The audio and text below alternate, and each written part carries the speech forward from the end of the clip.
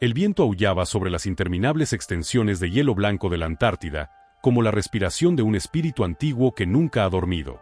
En diciembre de 1946, el mundo acababa de salir de la pesadilla llamada Segunda Guerra Mundial, pero las olas del Atlántico aún estaban turbias con el humo de las armas. Sobre el mar helado, donde el hielo se funde con la sal del océano, una gigantesca flota de Estados Unidos avanzaba hacia el extremo sur de la Tierra. 4.700 personas. 13 barcos de guerra, 33 aviones, todos bajo un nombre en clave, Operación Nick Jump. El comandante de la expedición era el almirante Richard Evelyn Byrd, ícono de la era de exploración polar, quien había alcanzado ambos extremos del mundo. Pero esta vez, no traía consigo a científicos pacíficos, sino a soldados forjados en las cenizas de Berlín. Traían armas, munición real y una orden que no estaba escrita en ningún informe. Una misión que nadie se atrevía a nombrar. Los registros oficiales decían que iban allí para entrenamiento en condiciones de frío extremo. Pero si solo era entrenamiento, ¿por qué necesitaban una flota de combate pesada? Si solo era investigación, ¿por qué algunos nunca regresaron? El viento helado atravesaba la cubierta, golpeando las banderas estadounidenses ondeando en la escarcha. Más allá, la Antártida se desplegaba como una puerta gigantesca cubierta de hielo, donde antiguos mapas grababan con temblorosas letras: Terra Australis Incógnita, tierra desconocida. Ninguno de ellos sabía que detrás de esa puerta había algo que la humanidad no debería haber encontrado. Y lo que vieron después haría que la humanidad entera se preguntara: ¿la guerra realmente había terminado o apenas comenzaba bajo el hielo de la Tierra? Micrófono si crees que la guerra terminó en 1945, quédate hasta el final de este viaje, porque la verdad sobre la Operación Nick Jump no se encuentra en ningún libro de historia. Berlín, mayo de 1945. La ciudad ya no era una ciudad. Solo quedaba un enorme bloque de carbón humeante, con olor a gasolina y carne quemada mezclado en el aire primaveral. Cada edificio derrumbado, cada calle silenciosa como un cementerio, interrumpida solo por explosiones aisladas de artillería y los gritos de quienes aún no comprendían que habían perdido. En el techo del Reichstag, la bandera roja de la Unión Soviética ondeaba entre humo y llamas, cerrando la pesadilla más grande del siglo. Pero en algún lugar bajo tierra, en un búnker de concreto a 15 metros de profundidad, un hombre con pequeño bigote y chaqueta gris dejó caer su última pistola. Dicen que murió, pero como toda leyenda, nadie lo creyó del todo. Afueras, soldados estadounidenses, británicos y soviéticos registraban cada rincón, no solo para capturar criminales de guerra, sino para encontrar respuestas. No cazaban personas, cazaban conocimiento.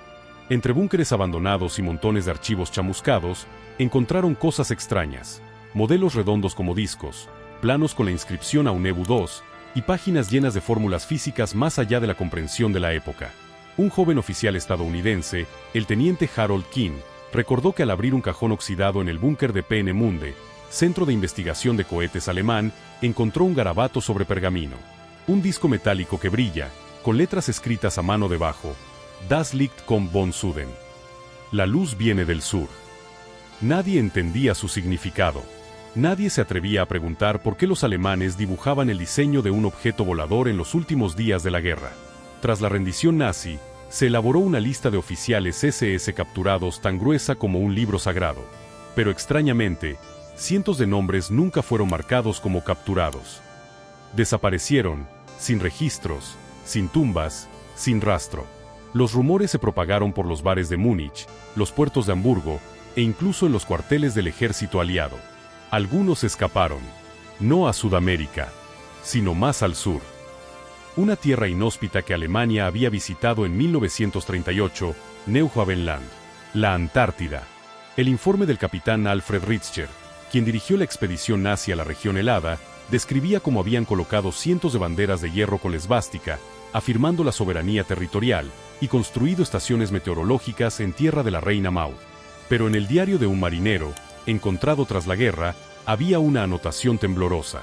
La temperatura dentro de la cueva no era fría. Había vapor y una luz azul reflejándose en el techo de hielo. Nadie pudo explicarlo. Desde finales de 1945, los servicios de inteligencia estadounidenses y británicos comenzaron a detectar señales de radio extrañas desde el Atlántico Sur. Frecuencias antiguas, usadas por submarinos alemanes.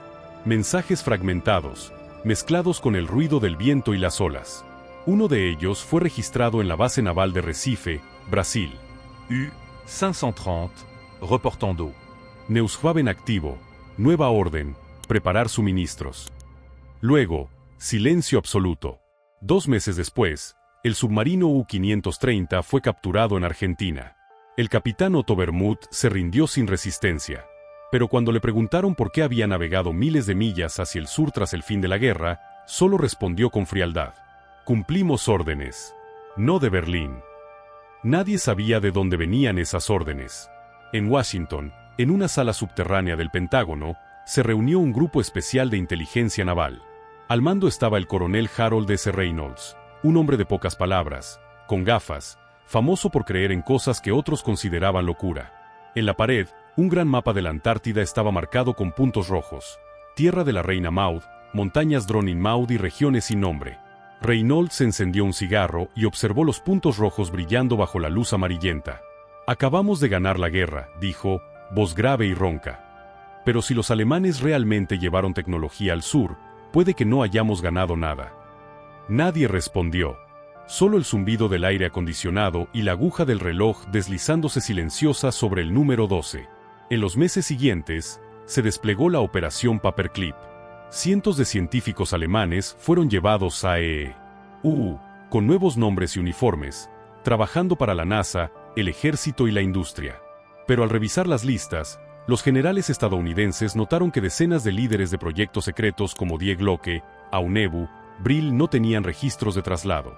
No murieron. No fueron capturados. Simplemente desaparecieron. Uno de los informes enviados directamente al escritorio del secretario de Marina James Forrestal decía: alta probabilidad de que un grupo de oficiales SS y científicos alemanes se haya retirado a la Antártida. Algunos testigos en Argentina afirman haber visto al submarino U-977 transportar materiales metálicos hacia el sur, sin regresar. Forrestal leyó la línea una y otra vez, y luego firmó la orden de formar un equipo de investigación estratégica polar. Al mando, un nombre ya legendario, el almirante Richard de Byrd, superviviente de expediciones extremas, capaz de sobrevivir meses en el hielo sin reabastecimiento. Al mismo tiempo, en la Unión Soviética, un grupo de espías del programa ESMER enviaba informes. Hemos encontrado mapas dibujados con tinta azul, mostrando rutas subterráneas bajo el hielo de la Antártida. Algunas secciones tienen símbolos fascistas y círculos en espiral. Cuando la noticia llegó a Washington, Byrd solo dijo una frase: si realmente han ido allí, debemos adelantarnos antes de que el hielo se cierre. Y así comenzó el plan. En el verano de 1946, en la base naval de Norfolk, Virginia, se preparó una flota gigantesca. Más de 4.700 hombres, 13 barcos, 33 aviones, bajo la cubierta de una expedición científica. Pero los oficiales seleccionados no eran geólogos. Eran marines, artilleros, ingenieros militares y pilotos que habían combatido en el Pacífico. Mientras el público estadounidense veía fotos sonrientes de Byrd y la expedición, tras bambalinas, toneladas de munición real, ametralladoras y equipos de radar avanzados se cargaban en los barcos en secreto. Uno de los jóvenes ingenieros, el teniente David Harper, escribió en su diario antes de zarpar: no sé a dónde vamos. Dicen que es para probar condiciones de frío. Pero traemos armas antiaéreas y bombas de profundidad. ¿Quién necesita bombas en la Antártida? La noche antes de partir, Byrd estaba en la cubierta del Mount Olympus, mirando el Mar Negro como un abismo. El viento traía un frío extraño, como si viniera de otro mundo. Ajustó su abrigo, con la mirada pesada. Durante años había visto los polos norte y sur, creyendo haber descubierto todos los secretos que la Tierra podía ocultar. Pero esta vez, algo lo inquietaba. Dicen que la guerra ha terminado, escribió en su diario. Pero temo que solo haya cambiado de frente, más silenciosa, más fría, sin lugar para la luz. Una semana después, la flota partió de Norfolk. La prensa llamó a esto la mayor expedición científica de la historia de la humanidad. Pero quienes realmente estaban a bordo sabían que no iban solo a investigar. Estaban cazando algo que escapó de Berlín, cruzó el océano y se escondía bajo el blanco hielo sin nombre. Cuando el último barco desapareció en la niebla del sur, el cielo de Virginia se iluminó con el amanecer. Un empleado del puerto permaneció inmóvil, mirando las olas alejarse, con la frase que escuchó de dos jóvenes marineros en la cubierta resonando en su mente. Si realmente lograron escapar, ¿dónde estarán? Nadie sabía que, apenas unos meses después, esa pregunta encontraría respuesta. Pero sería una respuesta que el mundo nunca estaría listo para escuchar. 2 de diciembre de 1946. El puerto de Norfolk estaba cubierto por una fina niebla, con olor a sal y diésel mezclado en el aire frío. Los enormes barcos permanecían inmóviles como gigantes bloques de acero esperando órdenes, con las cubiertas brillando bajo la luz industrial. En el costado de cada nave se leían números blancos y fríos: USS Mount Olympus, USS Pine Island, USS Currituck, USS Philippensea. El almirante Richard de Bert caminaba despacio por el muelle, con la mano aferrando un cuaderno de cuero gastado. El hombre de 60 años tenía ojos gris ceniza, la mirada de quien ha visto cosas que la humanidad no debería ver. Cada paso suyo resonaba suavemente sobre el metal húmedo de la cubierta, como el lento latido de un corazón gigante preparándose para adentrarse en la oscuridad. Se detuvo junto a la barandilla, mirando hacia el horizonte donde el mar y el cielo se fundían en un tono plomizo. Un joven oficial se acercó, haciendo el saludo militar. «Reporte, señor almirante. La flota está lista. Partiremos en 10 minutos». Bert asintió sin decir nada. Abrió su cuaderno y escribió unas breves líneas con letra temblorosa. «Estamos partiendo. La misión no puede fallar. Si hay algo allí, lo sabremos pronto». La flota Igjum se puso en marcha al sonido de la sirena rasgando el viento. Las gaviotas volaban desordenadas por el cielo y luego desaparecían hacia el norte, como si incluso ellas temieran seguir a esta flota hacia más allá.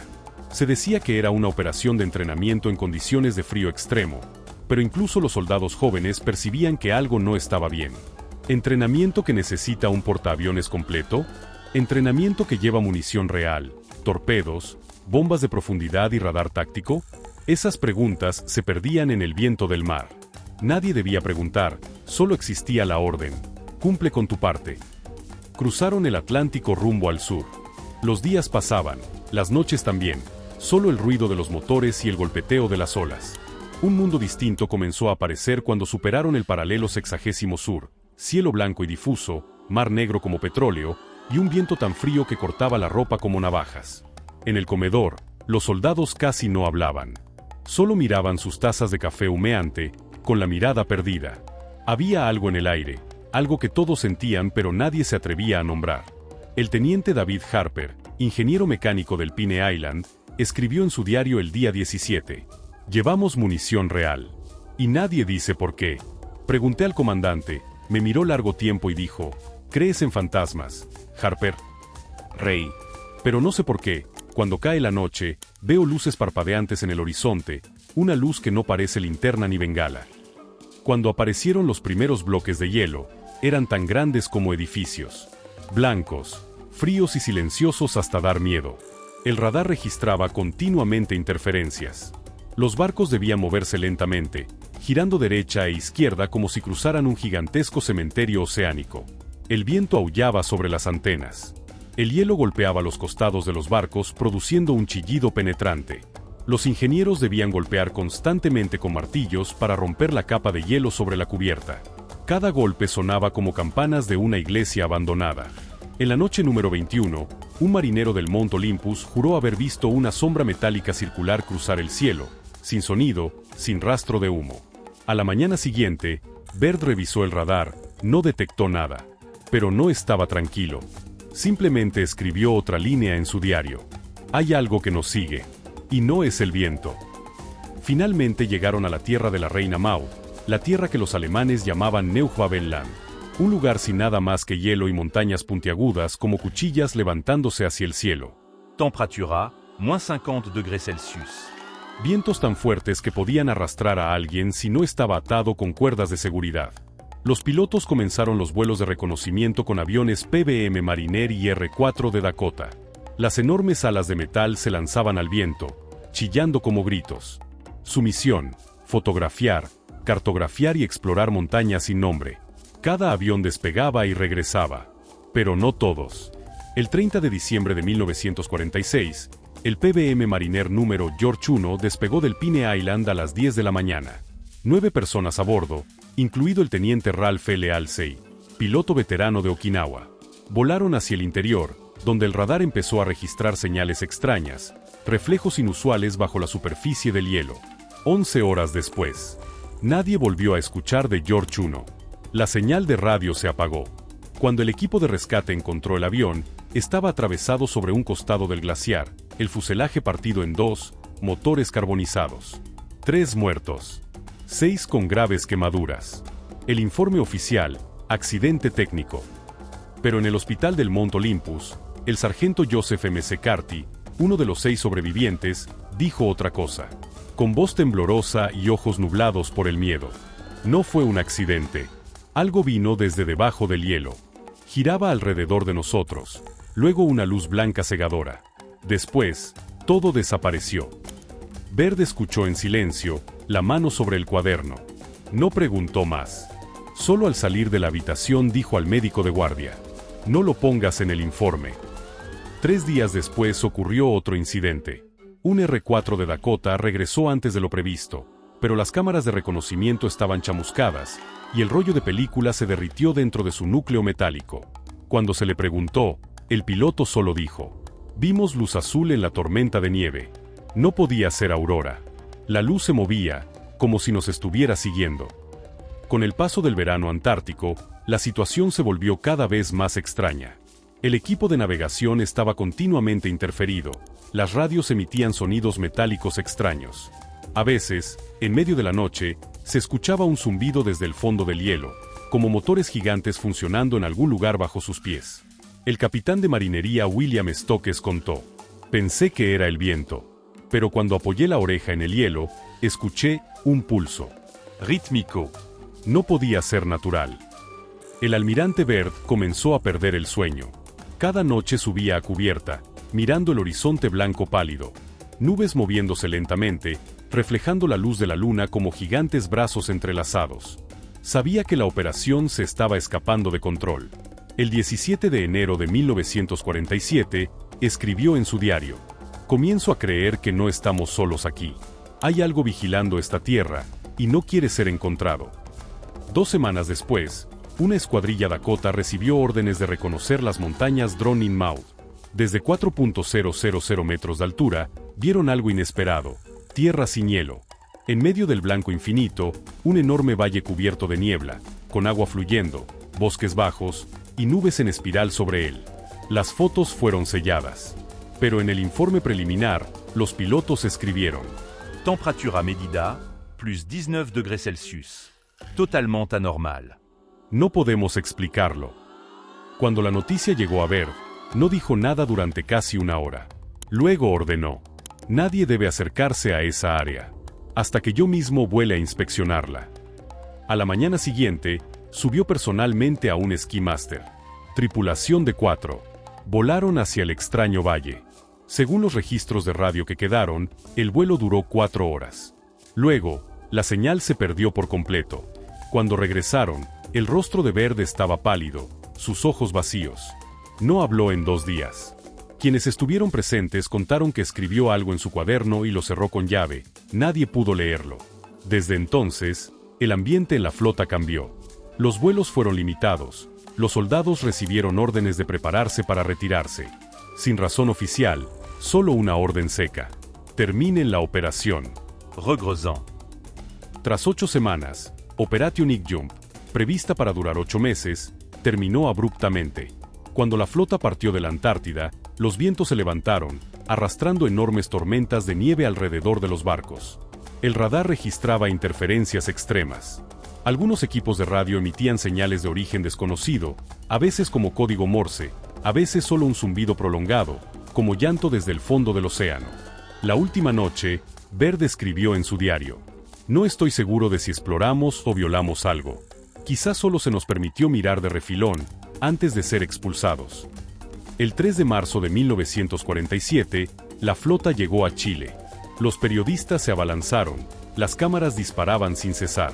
Baird permaneció en silencio, con la mirada aún aferrada al blanco infinito del hielo detrás. Un periodista preguntó: «Señor almirante, ¿puede decir algo sobre la operación?». Baird se detuvo. El viento del Pacífico soplaba, salado y frío. Respondió lentamente: Debemos prepararnos para defendernos de aviones capaces de volar de un polo a otro a velocidades inimaginables. Luego se alejó. Nadie preguntó más.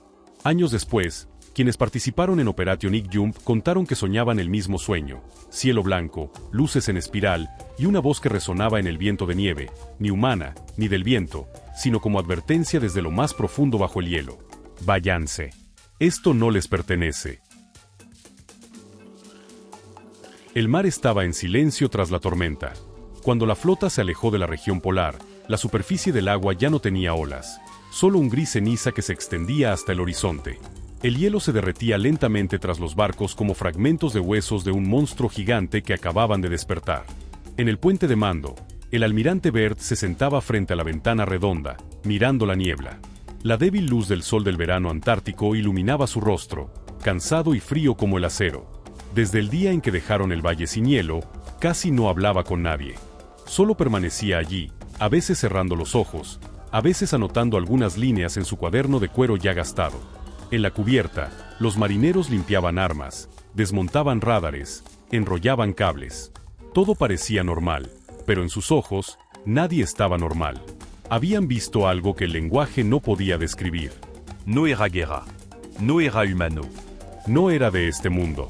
2 semanas después, cuando la flota llegó al puerto de Valparaíso, Chile, los primeros en pisar tierra sintieron como si regresaran de un sueño irreal.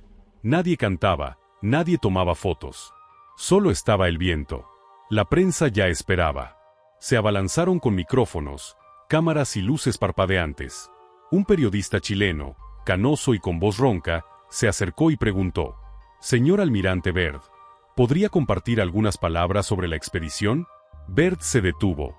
Sus ojos miraban a lo lejos, donde el mar aún reflejaba el blanco del hielo derritiéndose.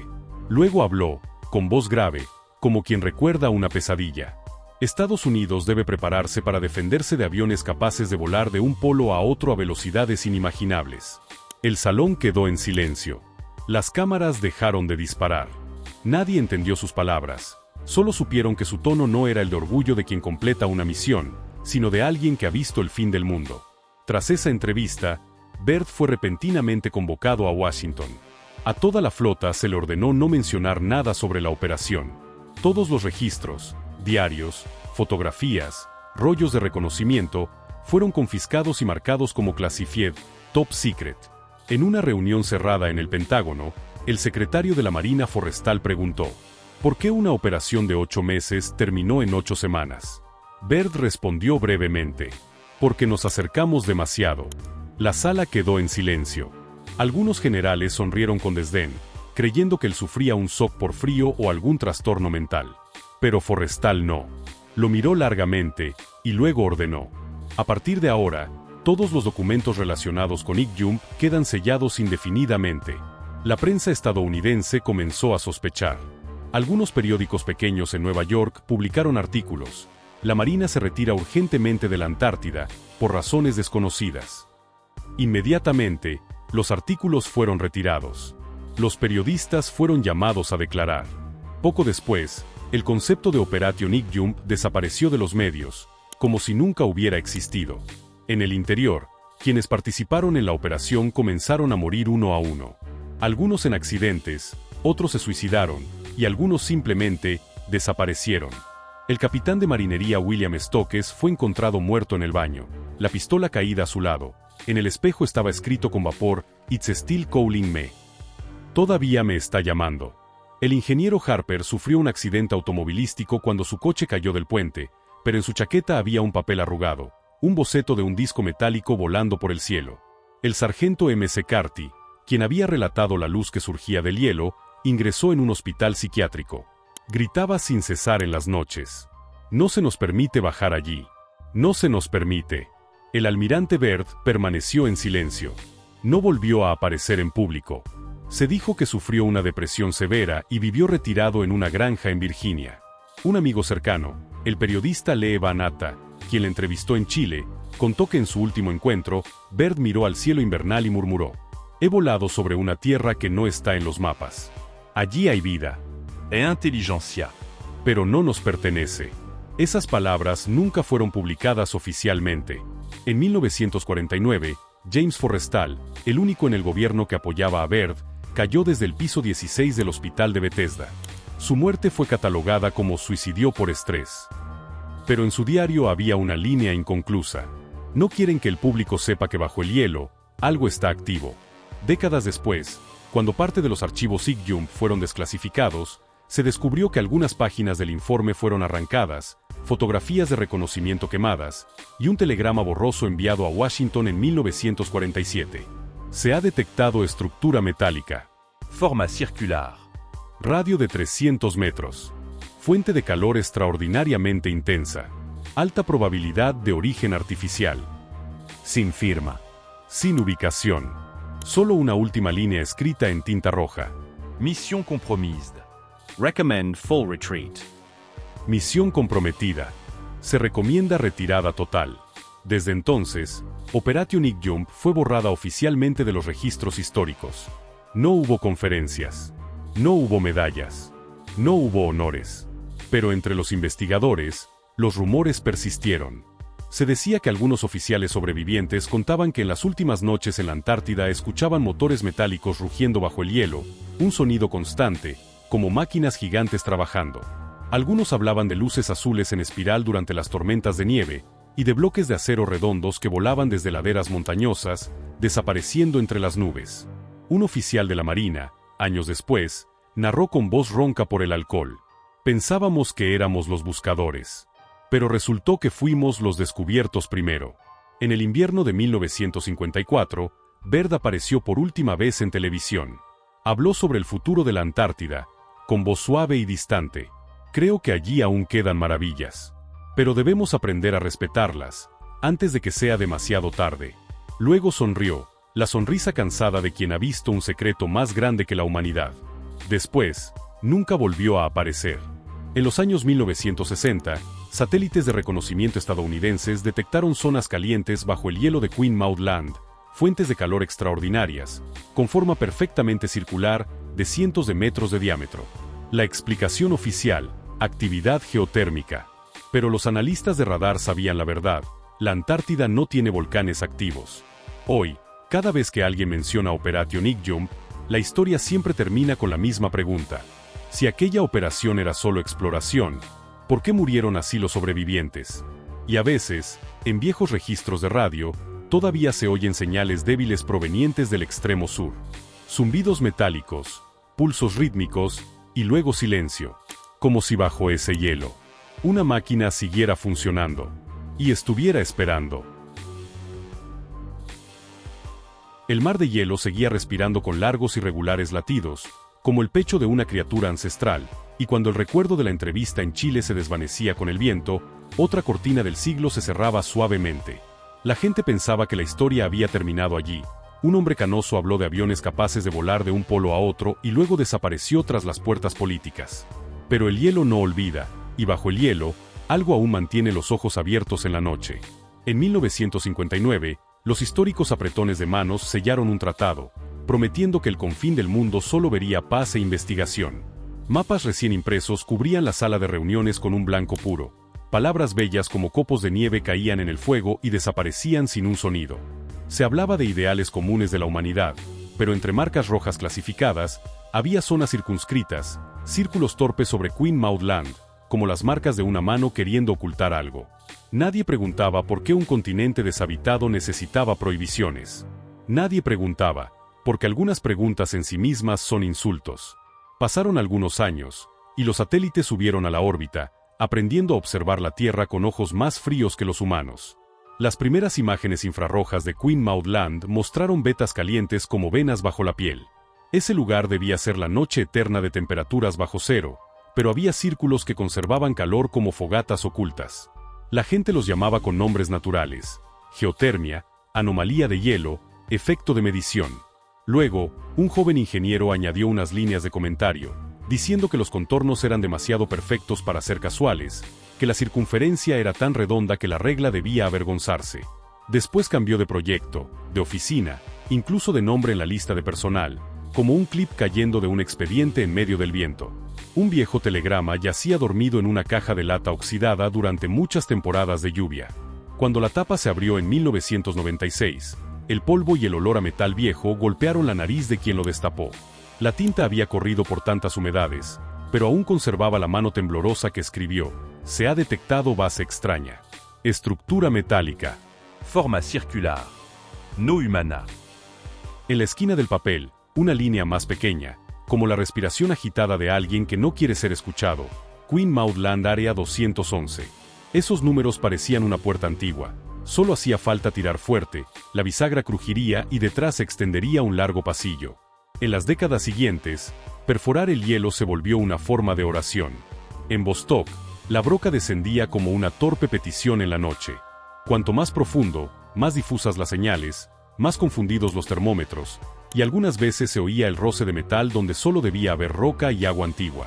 Estamos perforando la boca de algo vivo, susurró un técnico, con la mirada perdida más allá de sus compañeros, como si atravesara sus cabezas para ver una bóveda más grande que el techo. A la mañana siguiente lo encontraron en el suelo, la mano aún apretando el cable como si se aferrara al último borde de hielo. Al otro lado del océano, se reactivó un nombre antiguo, Deb Frise, como si solo hiciera falta un número romano para que la historia cambiara de rumbo. Un equipo de 12 hombres ingresó al blanco total y silencioso como una reprimenda. 2 días después, la radio solo producía un crujido, como arena en la garganta. Antes de desaparecer por completo, un código Morse fino como un cabello atravesó el espacio. Cold light. Cold light. Luz fría, las palabras como un hechizo repetido hasta que las cuerdas se rompieron. En salas cálidas y seguras, la gente marcaba cerrar junto a los gastos y se servía más café. A veces, los vigilantes nocturnos de las estaciones de investigación contaban que sus relojes se adelantaban unos minutos, como si el tiempo tragara un sorbo de sí mismo y fingiera que nada pasó. A veces, en la noche clara, un destello verde aparecía en la distancia como la luz desde el fondo de un lago, moviéndose lentamente a lo largo del horizonte, y luego desaparecía con un parpadeo como de una bestia gigante descubierta. Los registros se acumulaban en montones de fenómenos menores, cada uno insuficiente para alarmar, pero juntos producían un zumbido leve y persistente, como un transformador en una sala cerrada. Una vez, una cámara de exploración descendió por un conducto de hielo en Queen Maud Land, deslizándose por un cable de acero sobre aguas negras como tinta. Vibró al encontrar un flujo extraño, y apareció la imagen, una superficie curva reflejante, como una semiesfera olvidada en el fondo de la noche. Esa curva no era roca, devolvía la luz como alguien que sabe mirar a quien lo observa. La naturaleza no hizo esto, dijo alguien, con voz tímida y disculpándose. La imagen osciló un instante, luego explotó en un azul que quemó la retina, y la pantalla cayó en un negro absoluto que no podía ser solo una falla. Al rebobinar, el último fotograma permanecía, como un ojo cerrándose, un rastro de luz distorsionaba el agua en niebla, y en la niebla, algo redondo, inmóvil, del tamaño de una iglesia. Los datos electromagnéticos enviados tras intentos fallidos mostraban oscilaciones como un latido. Cada 6 horas, la amplitud subía y bajaba, como un péndulo enterrado trabajando. Ningún volcán canta así, ningún acuífero sabe contar el tiempo. Una carta anónima llegó al buzón de quienes firmaron el informe.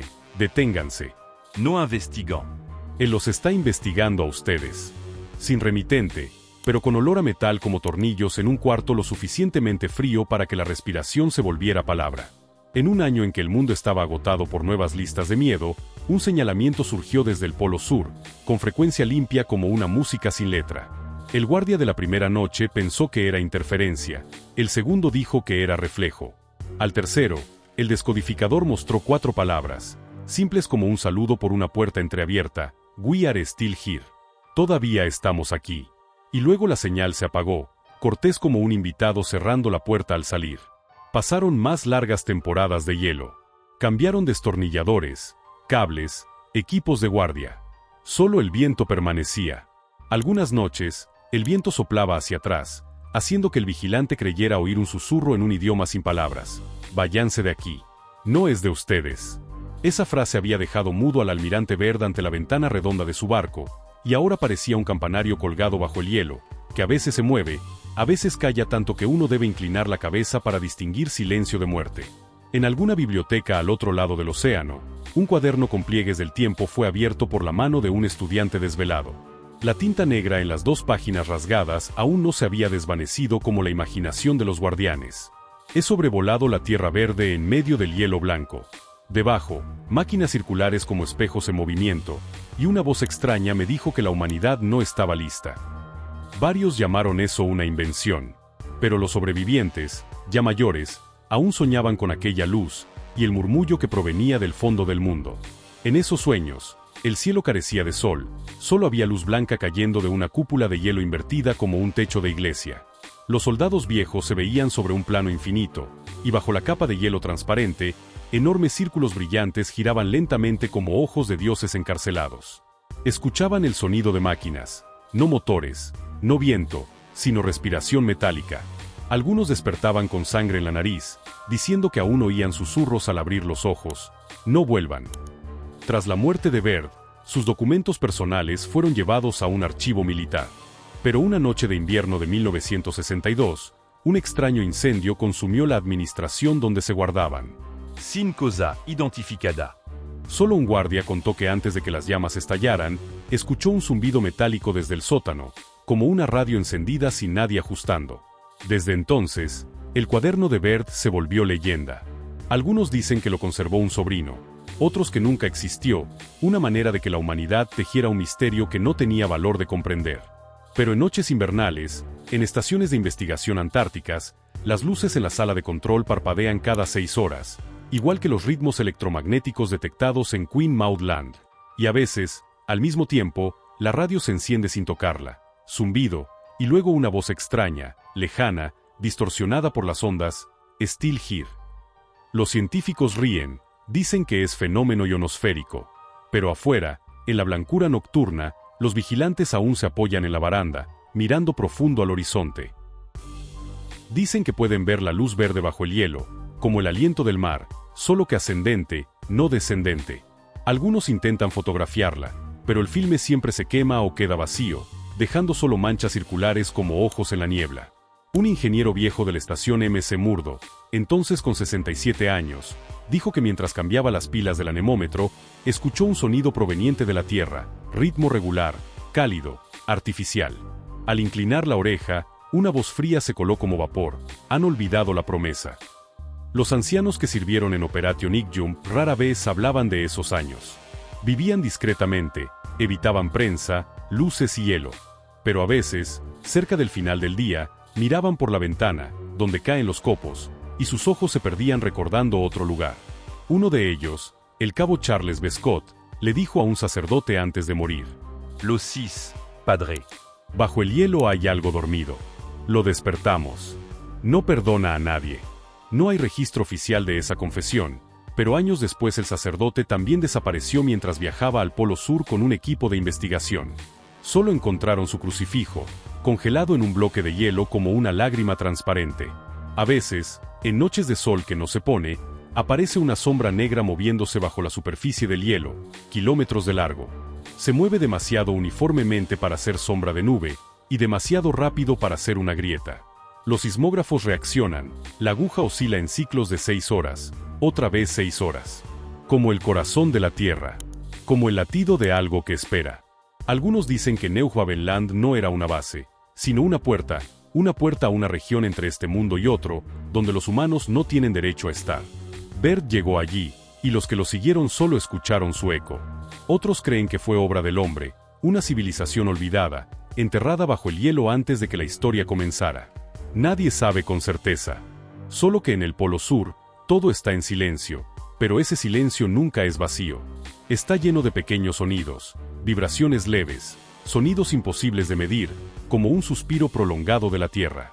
Y en ese eco, a veces se cree oír la voz de Baird, débil pero clara, como una radio de un siglo atrás, hablando lentamente en inglés antiguo, viejo y desesperado. Si me escuchan, regresen. Porque al descender al fondo, se verán reflejados. Luego la señal se apaga, dejando solo un zumbido de fondo que nunca cesa. Al otro lado del hielo, algo aún escucha. Puede que Operation Ignium haya sido solo una expedición fallida, un capítulo borroso en la historia militar de Estados Unidos, donde el hielo y el viento devoraron incluso los testimonios. También puede que haya sido el primer encuentro entre el ser humano y algo que no pertenece a la Tierra, una inteligencia más antigua que la humanidad, más silenciosa que los dioses, y más paciente que el tiempo. Bajo la espesa capa de hielo eterno, donde el sol es solo un recuerdo reflejado, Se dice que aún se escuchan sonidos difusos, el metal resonando en noches de viento inmóvil, con un ritmo constante como el corazón de un ser que no está vivo pero tampoco ha muerto. Los investigadores llaman a eso eco sísmico, mientras los ancianos que una vez llevaron uniformes lo llaman de otra manera, el eco del hielo. A veces, en pleno invierno antártico, los radares captan señales débiles, cifradas y sin sentido, pero al ralentizar, invertir ondas y unir cada secuencia, se descubre un patrón repetitivo. Cada 6 horas, aparece una cadena de 4 caracteres como el golpeteo de un reloj enterrado. W-A-S-H. Nadie sabe lo que significa. Algunos dicen que es una abreviatura de Washington. Otros, con voz ronca y sonrisa cansada, susurran. No, et oui arstir. Estamos todavía aquí. El hielo sigue blanco. El viento sigue soplando. Pero bajo miles de metros de hielo, donde la luz no alcanza, quizás aún giran máquinas lentamente en la noche, engranajes de metal más fríos que la muerte, construidos por manos cuyos nombres ya no figuran en la historia. Ellas esperan, no para ser encontradas, sino para ver si la humanidad se atreverá a regresar. Algún día, cuando el hielo se derrita, cuando los océanos suban y la frontera entre el cielo y el infierno se mezcle, quizá alguien lo vea, la superficie curva reflejando luz, silenciosa pero evidente, como un ojo abierto después de siglos. Y entonces, la única pregunta será: ¿Estamos preparados para ser mirado de vuelta? Micrófono fueron a buscar hielo, y encontraron algo más frío que la muerte. Si aún estás escuchando, si aún has llegado hasta aquí leyendo, mantén tus manos quietas y escucha unos segundos. Porque a veces, lo más aterrador no está bajo el hielo, sino en el eco dentro de nuestra propia mente, donde seguimos buscando secretos que la Tierra nunca quiso compartir. Si crees que todavía hay algo que no se ha contado, quédate, porque la próxima historia comenzará justo donde el hielo se derrite.